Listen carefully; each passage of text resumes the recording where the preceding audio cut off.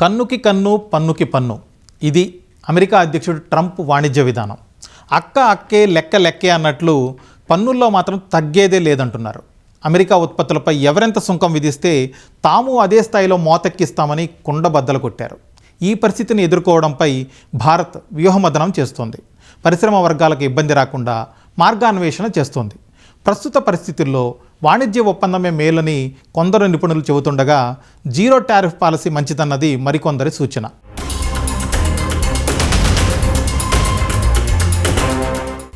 రెండోసారి అమెరికా అధ్యక్షుడిగా బాధ్యతలు చేపట్టిన మరుక్షణం నుంచే వరుస ఎగ్జిక్యూటివ్ ఆర్డర్లతో ట్రంప్ హల్చల్ చేస్తున్నారు. రెసిప్రోకల్ టారిఫ్ అంటూ ప్రపంచ దేశాలను బెదరగొడుతున్నారు.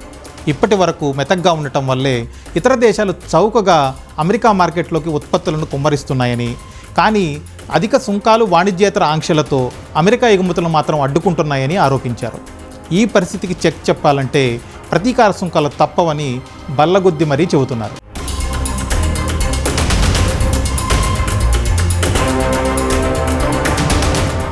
టారిఫ్ల విషయంలో ఏ దేశానికి మినహాయింపు లేదని ట్రంప్ తేల్చేశారు. భారత ప్రధాని నరేంద్ర మోదీతో ఈ విషయాన్ని స్పష్టంగా చెప్పినట్లు వెల్లడించారు. టారిఫ్లపై స్పందించేందుకు మోదీ ప్రయత్నించగా తాను వారించినట్లు చెప్పుకొచ్చారు. అమెరికా ఉత్పత్తులపై అత్యధిక సుంకాలు విధించే దేశాల్లో భారత్ కూడా ఉందన్నారు. కొన్ని రకాల వస్తువులపై 100 నుంచి 200% పన్నులు వేస్తోందని పదే పదే చెబుతున్నారు. అందుకే ఎవరెంత సుంకం విధిస్తే అమెరికా కూడా అదే పని చేస్తుందని ట్రంప్ తేల్చి చెప్పారు. భారత్ నుంచి దిగుమతి చేసుకునే స్టీల్, అల్యూమినియం, ఔషధాలపై 25% పన్నుల వడ్డింపు తప్పదని చెప్పేశారు. ఏప్రిల్ 2న తుది నిర్ణయం తీసుకుంటామని ట్రంప్ క్లారిటీ ఇచ్చేశారు. Well, why are we giving $21 million to India? They got a lot of money. They're one of the highest taxing countries in the world in terms of us. We can hardly get in there because their tariffs are so high. I have a lot of respect for India. I have a lot of respect for the Prime Minister. We're giving $21 million for voter turnout. It's voter turnout in India. America reciprocal tariff pharma రంగంపై అధిక ప్రభావం చూపే అవకాశం ఉంది. భారత్కు అతిపెద్ద ఔషధ market అమెరికానే. అందులో జెనరిక్ మందుల కోట బాగా ఎక్కువ. ఏటా 2,61,000 కోట్ల విలువైన మందులు భారత్ నుంచి ఎగుమతి అవుతుంటే 3వ వంతు అమెరికాకే వెళుతున్నాయి.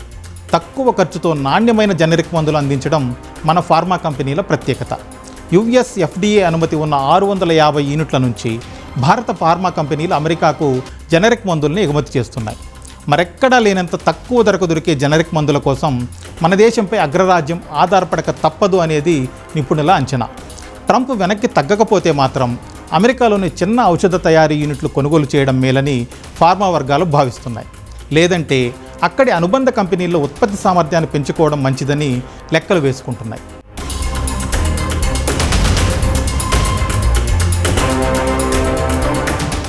మన వస్త్ర పరిశ్రమ ఎగుమతులకు కూడా అమెరికా చాలా కీలకం. అమెరికా చైనా వాణిజ్య యుద్ధం, బంగ్లాదేశ్ పరిణామాలతో చాలా కంపెనీలు భారత్ నుంచి దిగుమతులు పెంచాయి. ట్రంప్ పరస్పర సుంకాలతో వీటికి బ్రేక్ పడే ప్రమాదం ఉంది. మన ఐటీ ఎగుమతులు కూడా అమెరికానే అతిపెద్ద మార్కెట్. వీటిపై నేరుగా ప్రభావం ఉండకపోయినా ఉద్రిక్త పరిస్థితులతో కొంత ఇబ్బంది తప్పకపోవచ్చు. ట్రంప్ మొదటి దఫా అధ్యక్షుడిగా ఉన్నప్పుడు తెచ్చిన H-1B వీసా నిబంధనలు మన ఐటీ నిపుణుల అవకాశాలను బాగా దెబ్బతీశాయి. ప్రస్తుత దుందుడుకు నిర్ణయాలతో ఐటీ కంపెనీలకు కొన్ని సమస్యలు తప్పకపోవచ్చు. ఇక అమెరికా మొత్తం స్టీల్ దిగుమతుల్లో మన వాటా 5% కంటే తక్కువే.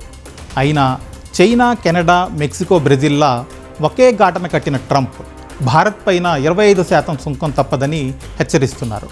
భారత వ్యవసాయ, ఆహార ఎగుమతులపైన కూడా ఎక్కువ సుంకం పడే ఛాన్స్ ఉంది.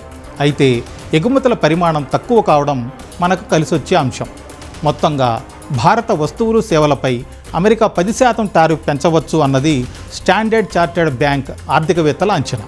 అప్పుడు మన ఆర్థిక వ్యవస్థపై 0.5 నుంచి 0.6% ప్రభావం పడే అవకాశం ఉంటుంది.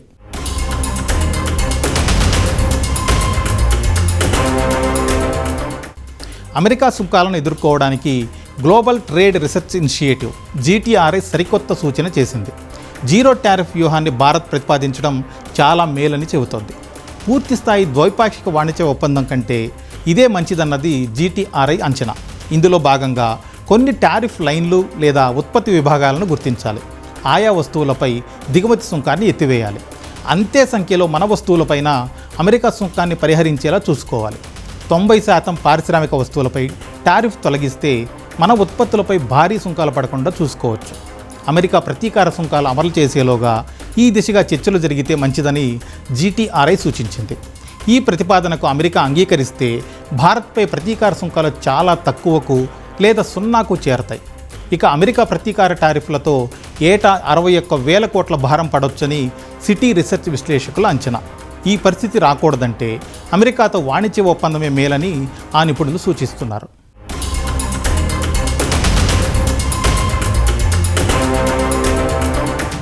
విదేశీ దిగుమతులపై భారత్ టారిఫ్లు తగ్గించాలని నీతి ఆయోగ్ CEO BVR సుబ్రహ్మణ్యం సూచించారు. అభివృద్ధి చెందిన దేశంగా ఎదగాలంటే తలుపులు బార్లా తెరవడం మన ప్రాధాన్యతల్లో ఒకటిగా ఉండాలని ఆయన అంటున్నారు. టారిఫ్ల కోత కోసం EU, బ్రిటన్ సహా ఇతర ఆర్థిక వ్యవస్థలతో వాణిజ్య ఒప్పందాలు పూర్తి చేయాల్సి ఉంటుందని చెప్పారు. అంతర్జాతీయ సరఫరా వ్యవస్థలో భారత్ భాగం కావాలంటే కేంద్ర రాష్ట్ర స్థాయిల్లో డీరెగ్యులేషన్ అవసరమని స్పష్టం చేశారు. చైనా +1 వ్యూహంలో భాగంగా భారత్లో తయారీ యూనిట్ల ఏర్పాటుకు అంతర్జాతీయ కంపెనీలు ఆసక్తి చూపుతున్నట్లు ఆయన వెల్లడించారు. అయితే ఇక్కడి పరిస్థితులు గమనించాక వియత్నాం, తుర్కియే దేశాలకు కొన్ని కంపెనీలు తరలిపోతున్నట్లు చెప్పారు.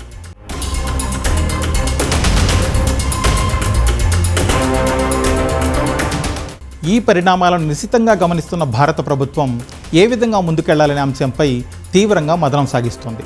అమెరికా నుంచి దిగుమతి అయ్యే బోర్బన్ విస్కీ, చేపల feed, scrap materials, satellite ground ఇన్స్టలేషన్లు, ఈథర్నెట్ స్విచ్లు, అధిక సామర్థ్యం ఉన్న మోటార్ సైకిళ్లపై దిగుమతి సుంకాలను ఇప్పటికే తగ్గించింది. ఇంధన దిగుమతుల పెంపు, రక్షణ సామాగ్రి కొనుగోలుకు కూడా సిద్ధమైంది. మరికొన్ని టారిఫ్లు సమీక్షిస్తామని భారత ప్రభుత్వం చెబుతోంది. ఏ ఉత్పత్తులకు రాయితీ ఇవ్వచ్చో గుర్తించాలని కేంద్ర ప్రభుత్వ శాఖలను వాణిజ్య శాఖ కోరింది. వాహనాలు, విడిభాగాల తయారీ సంస్థలతో కూడా అధికారులు చర్చిస్తున్నారు. దేశీయ వ్యవసాయ రంగానికి ముప్పు ఏర్పడకుండా అమెరికా ఉత్పత్తుల్లో వేటికి సుంకాల రాయితీ ఇవ్వవచ్చో తీవ్రంగా పరిశీలిస్తున్నారు. భారత్, అమెరికా మధ్య రెడీ టు డ్రైవ్ విద్యుత్ వాహనాల వాణిజ్యం తక్కువ. అమెరికా EVల ధరలు బాగా ఎక్కువ. అందువల్ల దిగుమతి సుంకాన్ని మరింత తగ్గించినా దేశీయ సంస్థలకు పెద్దగా ఇబ్బంది ఉండకపోవచ్చు.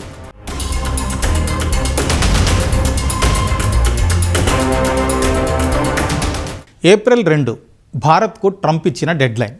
మన దేశమే కాదు, మిత్రుడు, శత్రువు అనే తేడా లేకుండా కొత్త వాణిజ్య విధానం పేరిట అన్ని దేశాలను ట్రంప్ హడలెత్తిస్తున్నారు. చివరికి ఏం జరుగుతుందో, ఎవరి నెత్తిన సుంకాల పిడుగు పడుతుందోనని ప్రపంచ దేశాలన్నీ తీవ్ర ఉత్కంఠతో ఎదురుచూస్తున్నాయి.